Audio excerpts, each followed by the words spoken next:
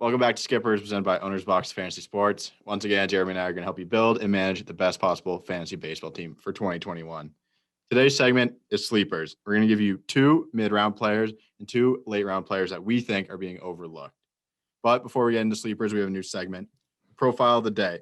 We're going to toss up a batted ball profile or pitching profile from StatCast up on the screen, along with 3 hints, and we want you guys to guess below in the comments who that player is. So profile is going to go on the screen now. First hint, this player has second base and outfield eligibility. Second hint, he has 119 stolen bases in his career. And the third hint is this player hit a walk-off to win the College World Series. Make your guesses below in the comments, and let's see who gets it first. So, Jarrett, let's get right into some sleepers. Yeah, let's everyone loves sleepers. I mean, sleepers, it's something where, you can win your league off a good sleeper. But these are guys who we really think that you should pick up in your leagues, keep an eye on, and they're primed for potentially people are not overlooking them, but underlooking them. They don't think they can provide the value, but these are type of guys that we believe in and that we think are going to exceed their ADP. So I'll start things off. I think they're getting overlooked. I think I think they're getting overlooked. I think that's the correct word. So let's get right into it. I guess we're gonna start with mid rounders, right, Dave? Yep.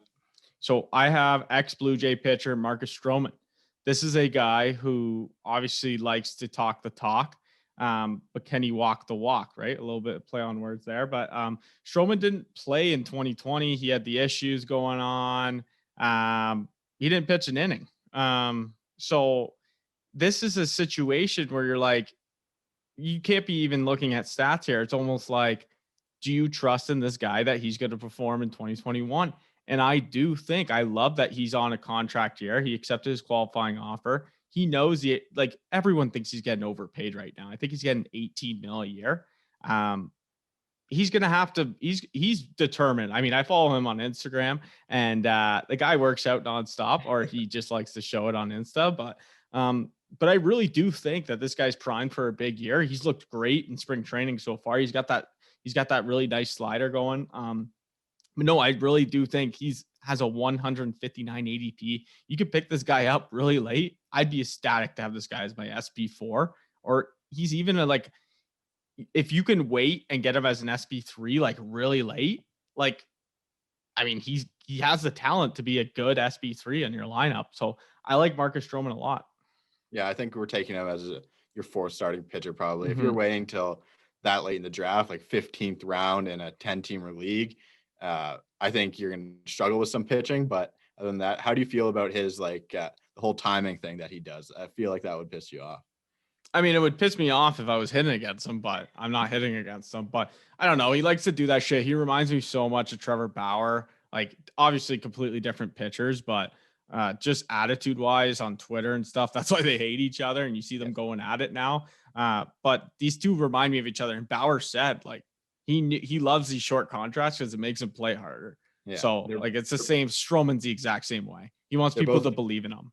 They're both odd cats, that's for sure. Yes. So I'm going to go into my mid-round sleeper, and that's Ryan Mountcastle of the Baltimore Orioles. 24-year-old, he had a good minor league career, followed up with an impressive 35-game start in the majors last year. Look at some of these stats. He hit 333, had an OPS close to 900, as well as a 7.9% walk rate. I mean, those are unsustainable numbers for him, but I don't think it's that far off of his long-term production. Playing at a hitter-friendly park, Camden Yards, he's projected to hit second in that lineup. They're not going to be great, but there's so many RBI opportunities as well. First base and left field eligibility allows you to move him around a little bit.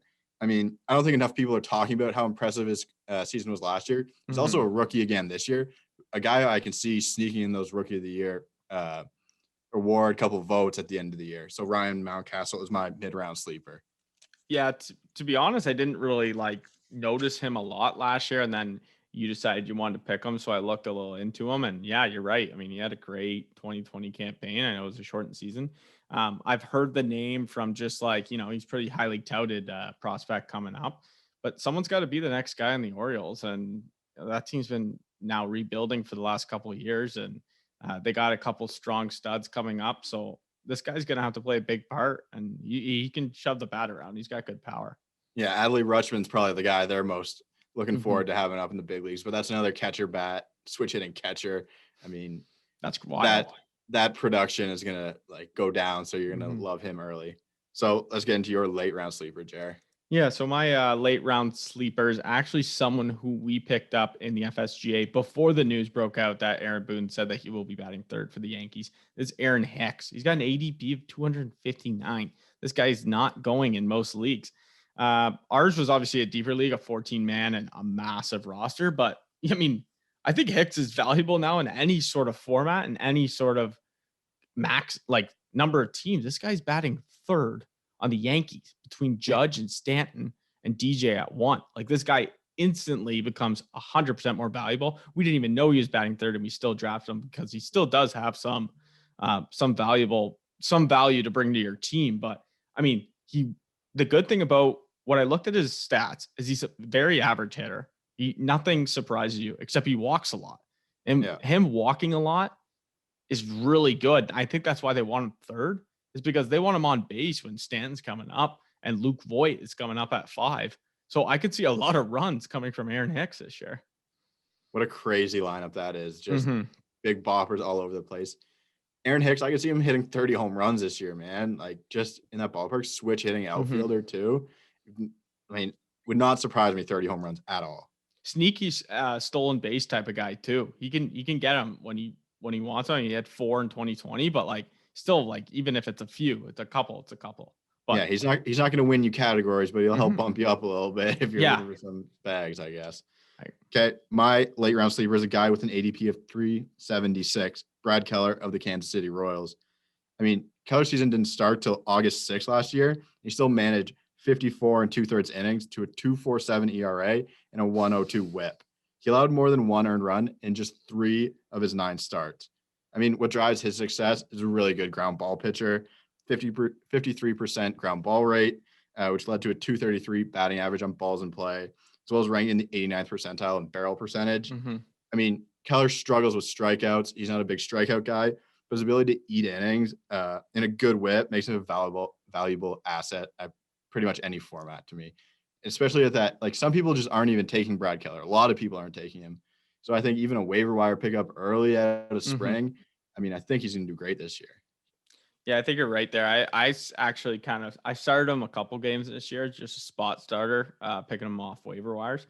I think you got Keller and you got Brady Singer over there and KC, who are kind of head to head there. Who would you rather have, Brady or Keller? I mean, you kind of know what you're getting with Keller. He's been around longer. Singer's obviously a young guy. I mean, I watched Singer when he was at Florida a ton. He's just a young guy. He's like Spencer Howard, kind of similar stuff. So, I mean, I'm going to go Keller right now just because you know what kind of his floor is. Singer, you don't know what his ceiling is yet. So that's very true. I'm going to go. I mean, they're both very similar to me in this year for fantasy baseball. So pick and choose your spot, but I think Keller will be good this year. Yeah, that's a good pick, Abe. So that's all we got. Anything more from you, Jarrett? No, I think that, you should really you need to look at, we really looked at situational here. I for sure was. Sometimes with sleepers, like they're down low for a reason. It's because their stats aren't very good.